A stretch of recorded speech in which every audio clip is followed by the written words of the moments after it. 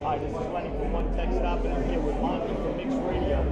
Monty, this is what you came to you guys. You're going from 5% market share in smartphones to 100%. Exactly. What do you feel is on this?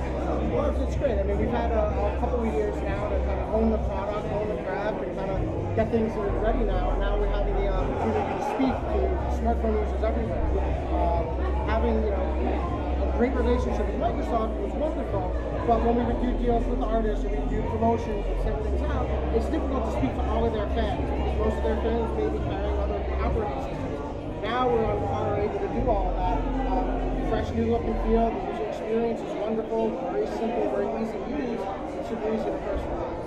As for the app itself, is there any separation between, like, let's say, the Windows version, the Android version, and the iOS version, or are they all pretty much similar? So you'll see the iOS and the Android versions are very, very similar, but we work to try to make them work within the native operating system. So where on the iOS system you may see things coming from the left, and the Android you see things in from the right. So little things, but the menu structure is the same. So intuitively, a MixRadio user will be able to use either, but it's a little more familiar for people of that operating system. Android and iOS have the new look and feel that's put out there. The Windows Phone version that's there is still the same one that's there for now. So our users that are using it love it and they're excited about it. So that will stay the same for now. Now, is there anything that would separate you, like being this radio guy, separate your app from, let's say, the Pandora, the Spotify of the world? Like, what would you do to, like, obviously it's a very crowded space, but some of the things I think that are big differentiators for us, one is the curated music, right? The very simple way to get involved with curated music. Tens of thousands of mixes, curated locally, not by one globalized group and that's all, but in addition to that, having people sitting in the local markets.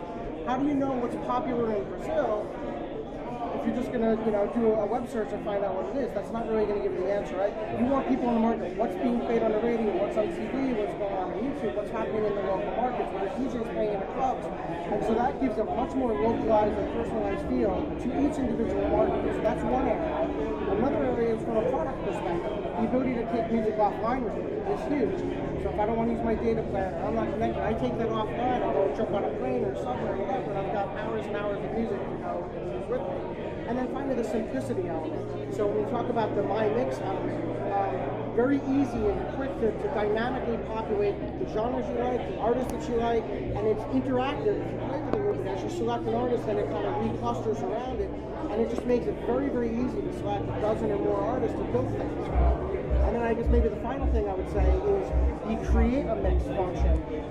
We have expanded now, and you see in iOS and Android, you can add up to 10 artists. Create an artist mix, which really can hone in on the type of theme that you're looking for, whether it's for a party or for an event or whatever you're trying to listen to. Monty, thank you so much. Awesome. We wish you the best of luck. And thank you for having us here. Great, absolutely.